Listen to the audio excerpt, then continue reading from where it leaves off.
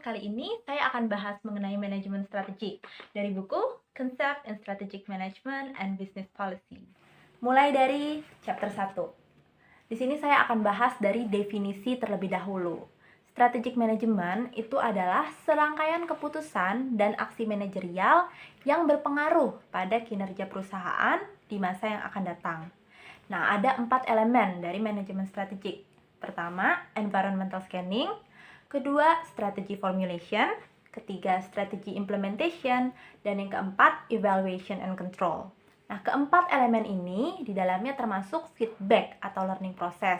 Jadi untuk melakukan koreksi dan perbaikan untuk peningkatan kinerja. Selanjutnya, chapter 4. Kita bahas environmental scanning yang melingkupi external environment dan juga internal environment. Nah, di sini kita fokusnya sama yang eksternal, yaitu untuk mengetahui opportunity sama threat yang dihadapi perusahaan. Nah, di external environment itu melingkupi natural environment, societal environment, juga task environment. Kalau yang natural sama societal, ini tuh kita bisa analisa dengan step analysis dari segi social culture, teknologi, ekonomi, ekologi, dan politik legal. Kalau yang task environment itu bisa dianalisa dengan portrait approach, yaitu ada 5 dorongan nih yang mendorong kompetisi. Pertama, ancaman pendatang baru. Kedua itu persaingan di antara perusahaan yang ada. Ketiga, ancaman produk atau jasa pengganti. Keempat, daya tawar pemasok. Dan yang kelima itu daya tawar pembeli. Selanjutnya, chapter 5 mengenai internal environment. Jadi di sini fokus pada strength sama weakness. Nah, bisa diketahui itu dari research and capability perusahaan. Jadi bisa diukur dengan VRIO framework berdasarkan valuable, rareness, imitability, dan organization. Selanjutnya, chapter 6. Di sini kita bahas strategy formulation yang fokus untuk mengembangkan misi, objektif, strategi, dan policies. Kita bahas business strategy, yaitu ada competitive strategy dan collaborative strategy.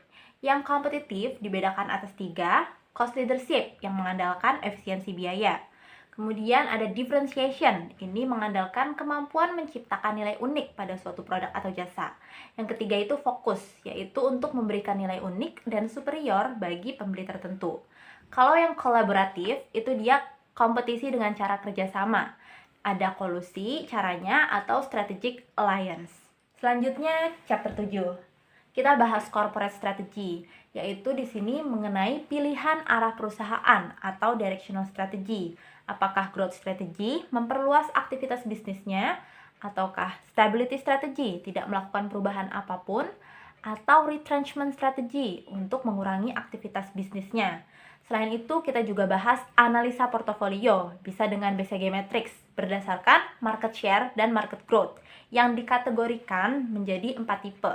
Jadi ada star, question mark, cash cow, dan dog.